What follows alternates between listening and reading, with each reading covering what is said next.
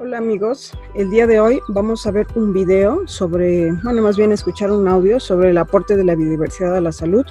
Este audio me gustó mucho. La entrevista la hace Karina del grupo de Quinta Conciencia en Samaipata, Bolivia.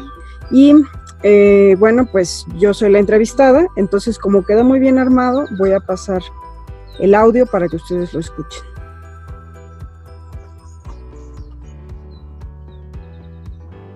Estamos con Anantli Martínez. Voy a pedirle a ella que se presente. Hola, soy Anantli Martínez Munguía. Soy doctora en Ecología y Biotecnología, agrónoma y herbolaria. Y pues me dedico a tengo un diplomado en línea que se llama Herbolaria Integrativa. Y me dedico a la medicina tradicional en general, a recabar información sobre medicina tradicional. Anantli, desde el campo en el que estás tú, que sería la salud, ¿cuál es tu sentir, más que tu pensar, sobre la importancia de la biodiversidad para la salud? ¿Cómo aporta la biodiversidad a la salud? Pues de alguna manera la biodiversidad es la base sobre la cual tenemos posibilidades de respuesta. De hecho, esa es una de las respuestas más comunes que se ha encontrado para proteger la biodiversidad, no solo de plantas medicinales, sino de alimentos, por ejemplo, en México, hablando de esto de la soberanía alimentaria. O sea, ¿por qué no deberíamos usar una variedad de maíz transgénico que supuestamente tiene máximo rendimiento y no mejor proteger toda la diversidad de 50 o 70 diferentes tipos de maíces que hay en México?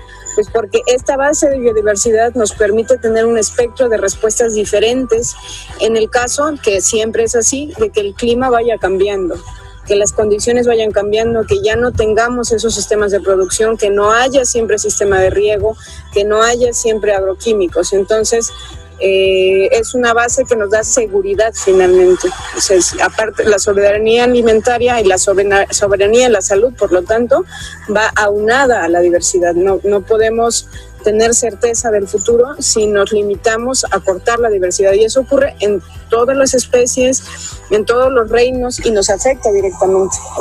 La diversidad es lo que permite que la vida se siga.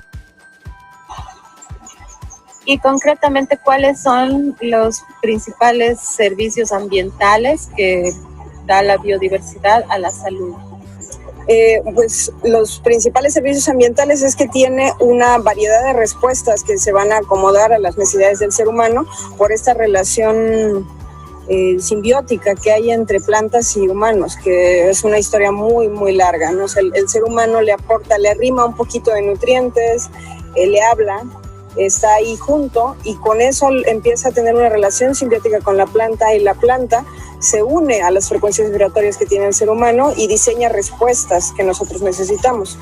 Un ejemplo concreto de este sincretismo, de esta unión simbiótica, la tenemos, por ejemplo, en una especie de planta que nosotros usamos mucho en México, de la cual hay investigación de 3 universidades, de la UNAM, de la UAM y de la Universidad Autónoma Chapingo. Hay más de 60 artículos sobre esta planta. Se llama ojo de gallina, que es Galfinia glauca, su nombre científico, y esta planta también se conoce como calderona amarilla en Europa. Sin embargo, la variedad europea no tiene las mismas propiedades medicinales que la de México. ¿Por qué? Porque en México, en Europa se usa para tratar el asma y cosas así, y en México es una de las respuestas más poderosas que hemos encontrado para igualar los efectos de algunos ansiolíticos y antidepresivos.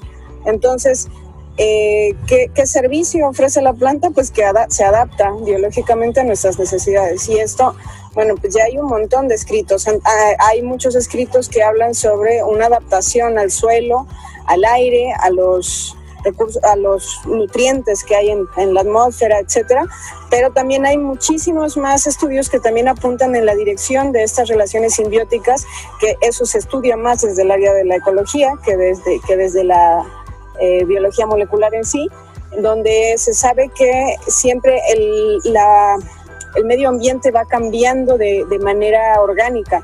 No solamente un individuo evoluciona separado de su medio, por lo tanto, nosotros vamos haciendo o empujando la evolución biológica de las plantas conforme vamos seleccionando algunas variedades, y al mismo tiempo la planta nos va influyendo con sus diferentes tipos de metabolitos y va cambiando nuestro metabolismo. Entonces, ¿dónde empezó todo? En México decimos que fue primero el huevo o la gallina. No lo sabemos, pero nos necesitamos los unos a los otros y hay una relación de dependencia mutua. O de interdependencia más bien, que hace imposible que el ser humano pueda vivir sin los servicios que aportan la vegetación, no nada más de plantas medicinales, también de alimento, y como en el ejemplo del maíz que puse, y a la inversa, la planta se va volviendo cada vez más necesitada de nuestros cuidados a través de las prácticas culturales, como tenemos en el caso del maíz, que ya no, el grano difícilmente podría sobrevivir si nosotros no lo sacamos de las hojas para que pueda germinar.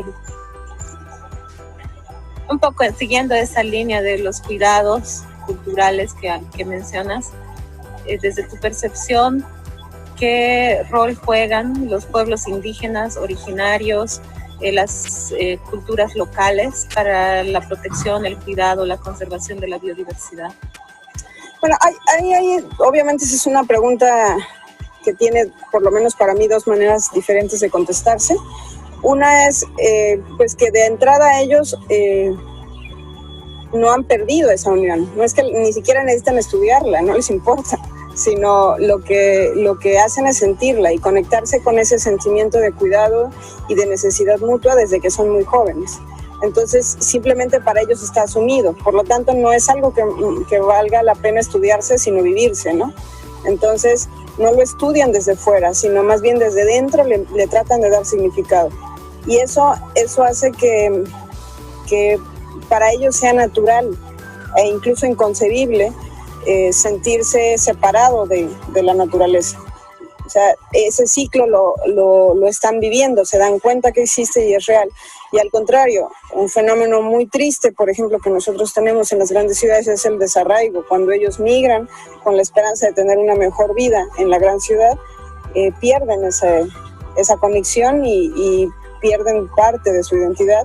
Y obviamente en México también se dice que más o menos cada año se pierde una lengua cuando muere el último hablante nativo, porque finalmente fue devorado por el sistema y terminó creyendo que el progreso sí estaba en la ciudad, y al morir esa persona que ya no volvió a hablar su idioma porque incluso le avergüenza, pues muere toda una manera de ver el mundo, muere parte de la diversidad lingüística que tenemos y con él una visión del mundo, ¿no? Entonces ese es por un lado una visión de cómo ellos aportan. Pues es que habría mucho que aprender antes de condenar, antes de separar. Habría que aprender cómo diferentes grupos humanos han concebido la relación con el ambiente desde un entorno distinto, ¿no?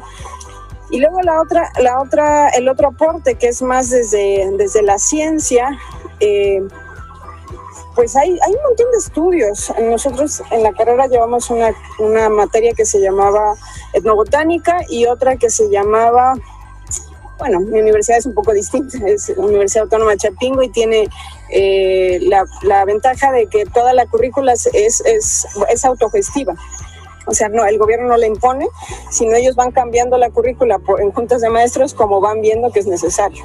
Y tienen un rector que no es impuesto por el gobierno, sino se hacen votaciones donde los chamacos de 15 años también tienen voto. Entonces es muy interesante con sus procesos contras ese sistema. Entonces hay esta materia de etnobotánica y hay otra materia que se llama ecología energética. Entonces, en esta materia, y es parte de algo que se llama agroecología, nos las dio un español, o un vasco más bien, que se llamaba Gaisca, el maestro Gaisca, y Gaisca Bilbao, quién sabe qué, en catalán me imagino. Y entonces este maestro nos mostró mucho los estudios de bioenergética que se han hecho en el Amazonas, justamente. Y lo que él decía es que no hay un sistema indígena, usualmente es mucho más eficiente energéticamente que un sistema agrotecnológico moderno. Entonces uno puede decir, pero ¿cómo va a ser más eficiente si aquí produzco 700 mazorcas y en el otro sistema por metro y allá voy a producir 5?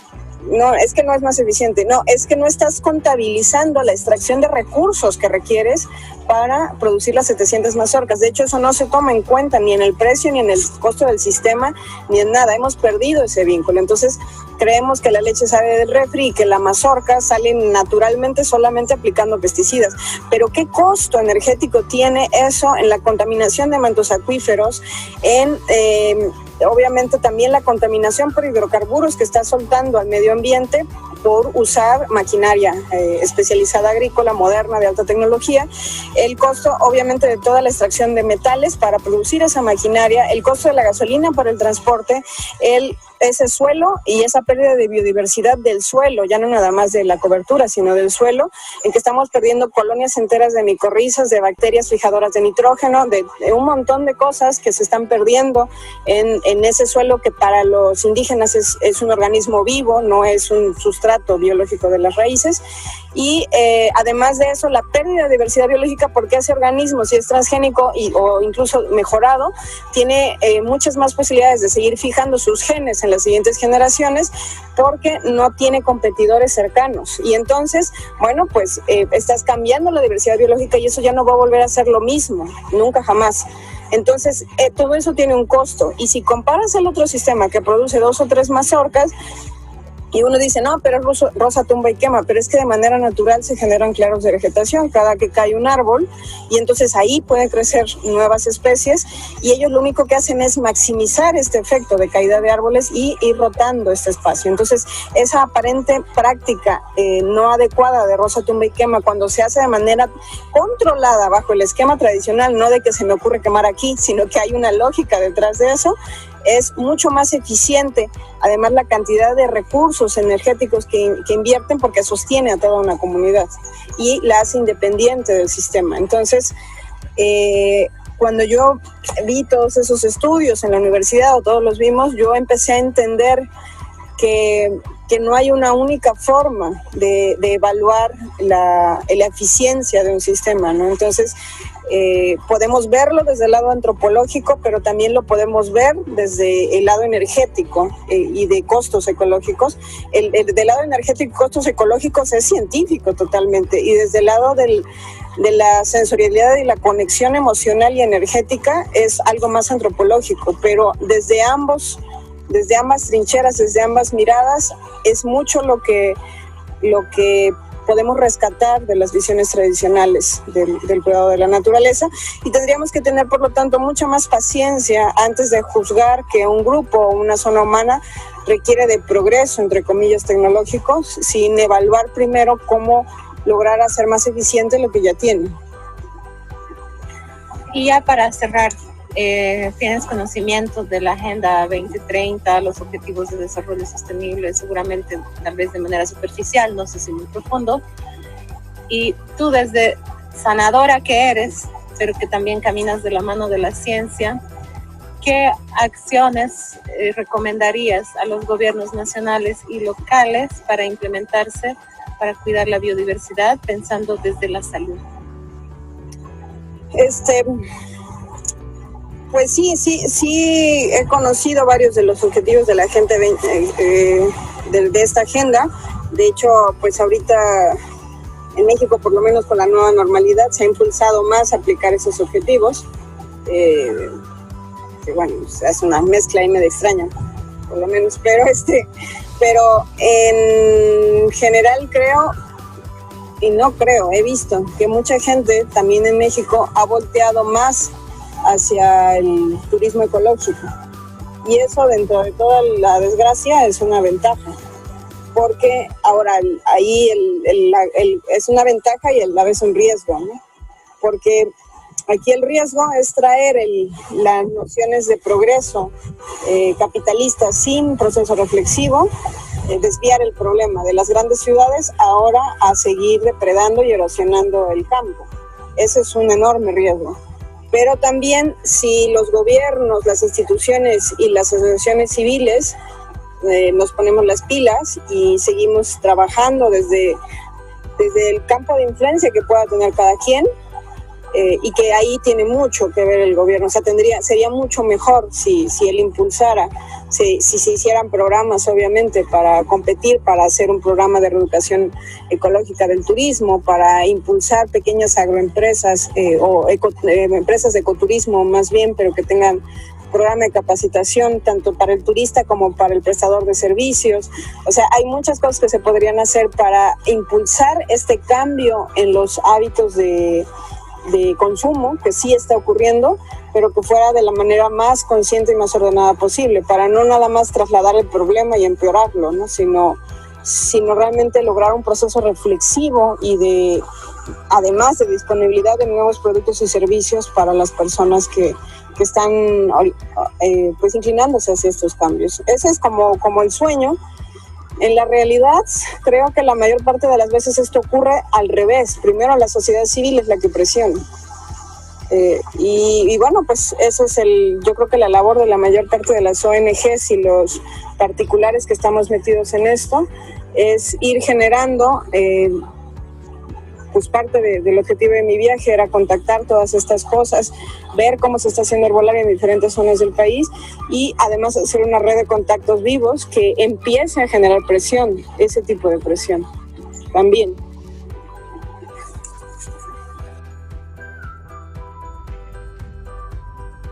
Bueno, amigos, pues como vieron, esta entrevista, aunque no es tan larga, pues nos muestra parte de la problemática del aporte de la biodiversidad a la salud. Espero que les haya gustado y les recuerdo que nosotros ya tenemos tienda en línea. Estamos arreglando ahí algunas cosas en cuanto al pago con tarjeta, pero por lo pronto sí se puede depositar en Oxxo y hacerlo más automático a través de nuestra página. Entonces les recuerdo la página de www.bindi.com.mx. De todas formas, por aquí va a venir el enlace y pues seguimos en comunicación. Ahora estoy en Cusco, estoy en Calca, Perú, que está cerca de Cusco. Nos vemos.